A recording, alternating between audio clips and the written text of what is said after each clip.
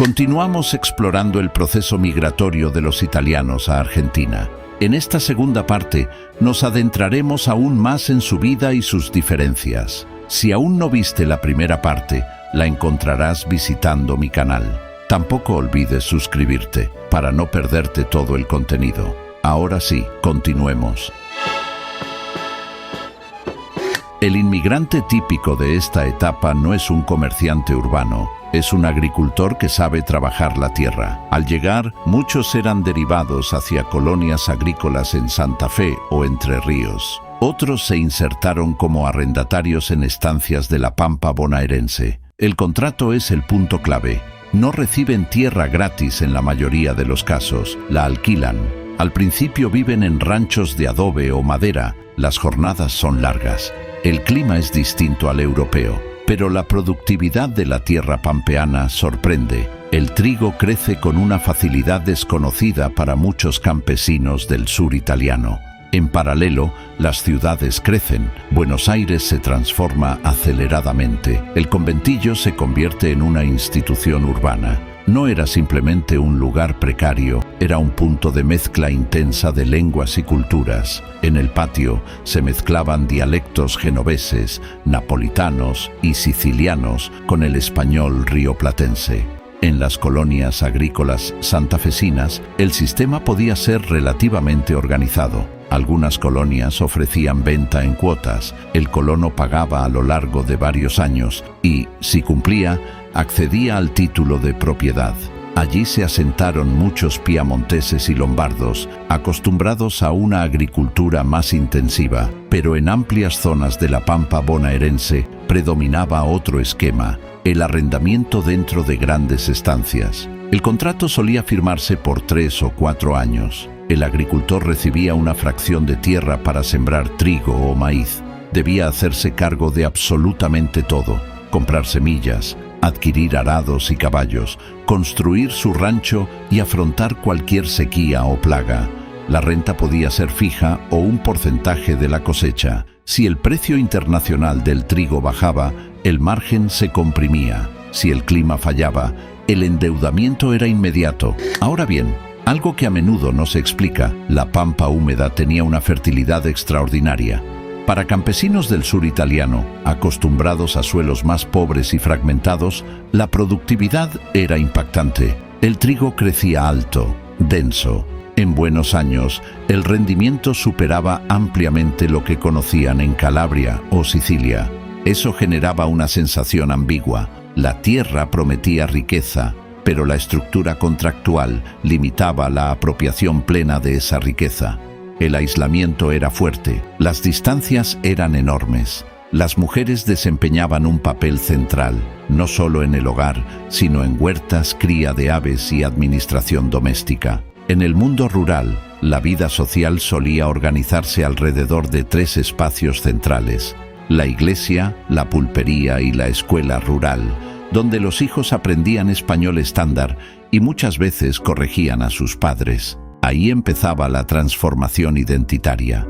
La primera generación pensaba en dialecto, mientras la segunda ya iba pensando en español.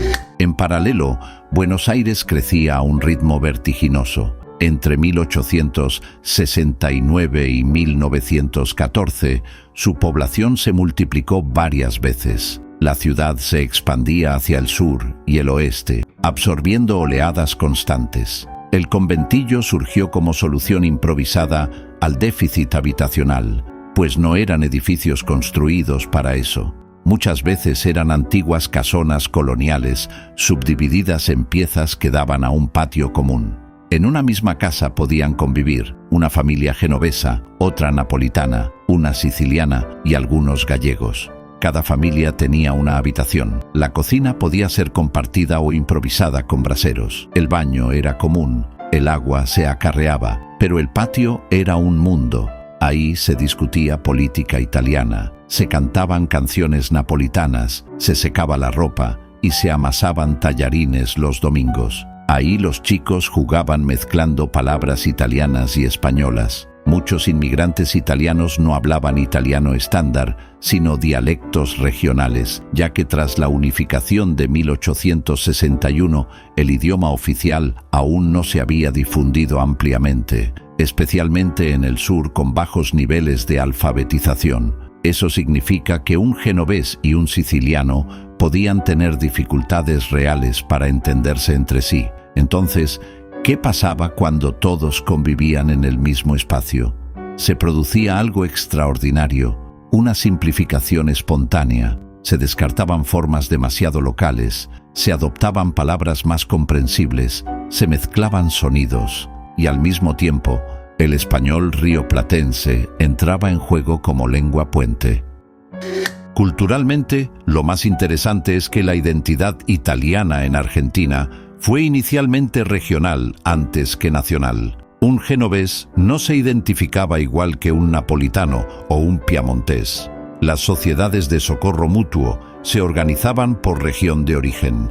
En cierto sentido, la experiencia migratoria contribuyó a consolidar una italianidad más unificada que la que existía en la propia península. El contacto lingüístico dejó huellas profundas. La entonación rioplatense, con su cadencia particular, tiene fuerte influencia italiana.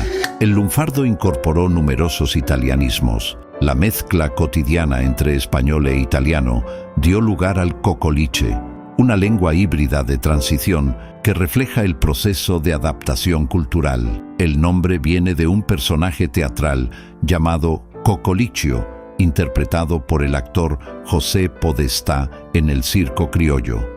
Ese personaje representaba al inmigrante italiano torpe con el español. Desde entonces, cocoliche pasó a designar ese modo de hablar. El criollo porteño tampoco hablaba un castellano puro, académico. Era un español ya influido por andaluces, canarios, portugueses y alemanes. El obrero italiano en la obra escuchaba órdenes en español, respondía en su dialecto, se entendían a medias, ajustaban palabras, simplificaban, y así empiezan a circular términos italianos adaptados: laburo, del italiano lavoro, fiaca, de fiaca, gamba, literalmente pierna, pero usada como ayuda. Pero la influencia no fue solo léxica, fue melódica. El italiano es una lengua con fuerte musicalidad. El castellano rioplatense empieza a adquirir una cadencia distinta a la del interior hispanoamericano.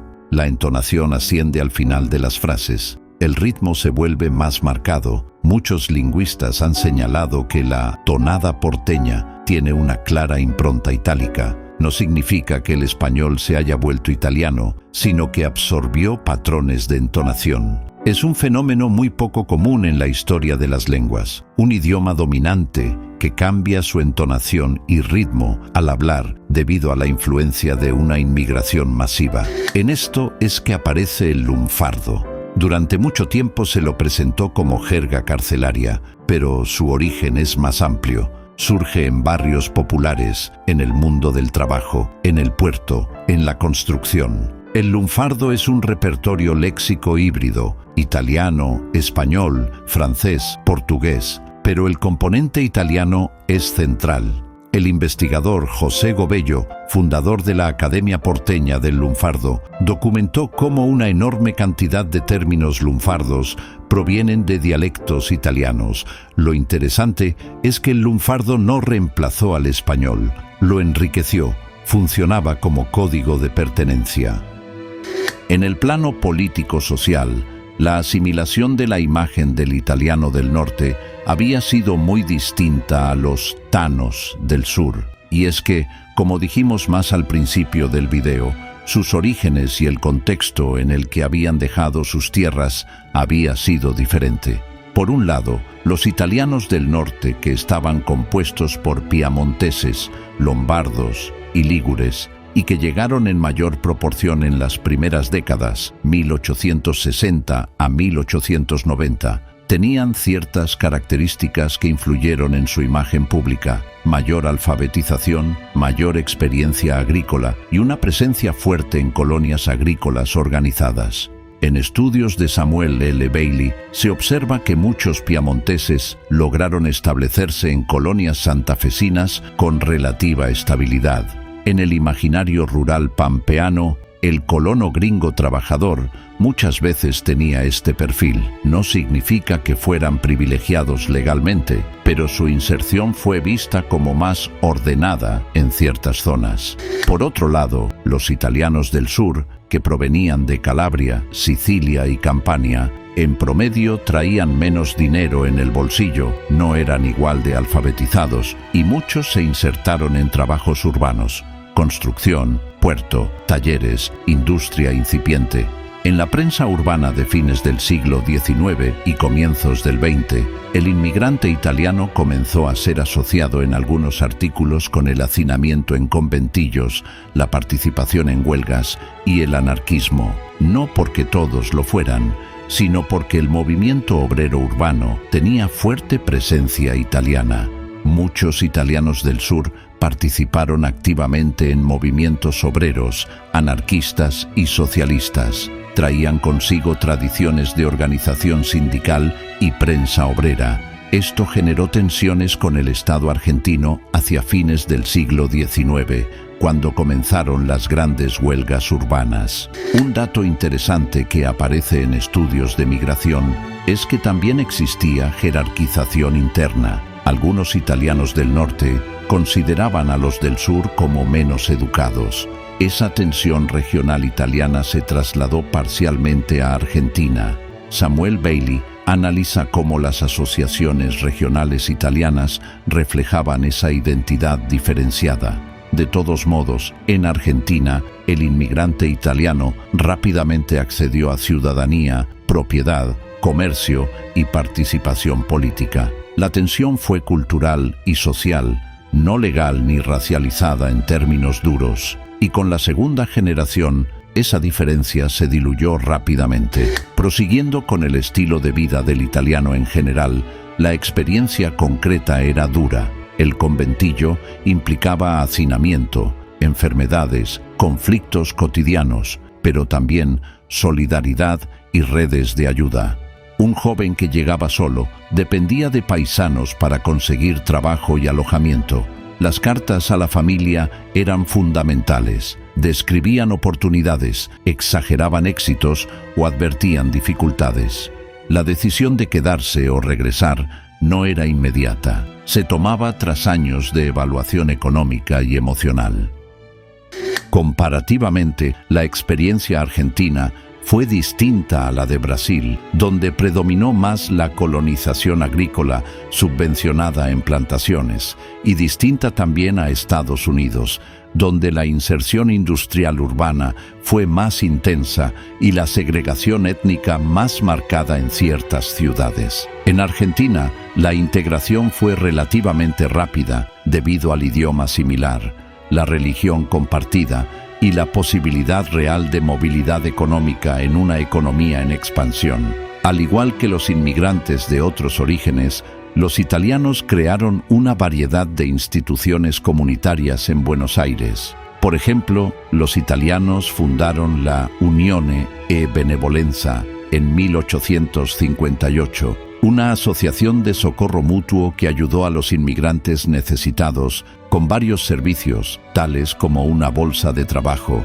la atención médica, los gastos de entierro y la educación bilingüe a niños. En la década de 1870, los inmigrantes adinerados también abrieron un hospital italiano que, al igual que ese socorro mutuo, brindaba servicios de atención médica según criterios étnicos. Se abrieron docenas de periódicos en italiano en la ciudad y en otras partes del país. Los italianos y muchos otros inmigrantes crearon escuelas bilingües en todo el territorio. En 1916, de las 43 escuelas dirigidas por inmigrantes en la capital argentina, 12 enseñaban en italiano.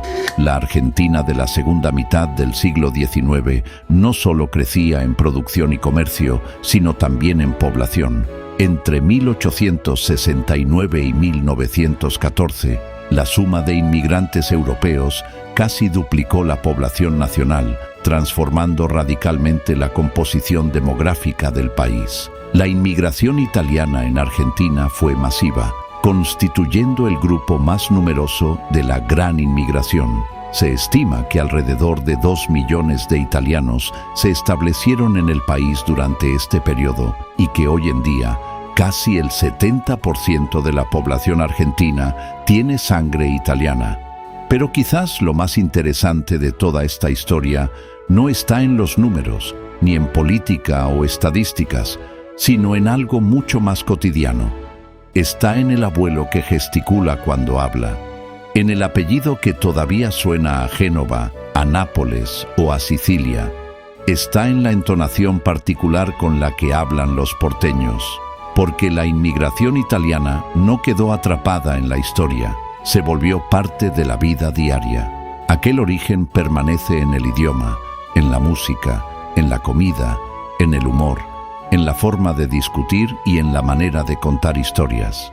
Por eso, cuando alguien en Argentina dice que su bisabuelo bajó de un barco, vale la pena escucharlo, ya que cuando uno escucha hablar a un argentino por primera vez, hay algo que siempre llama la atención. Suena a español, pero también suena un poco a Italia.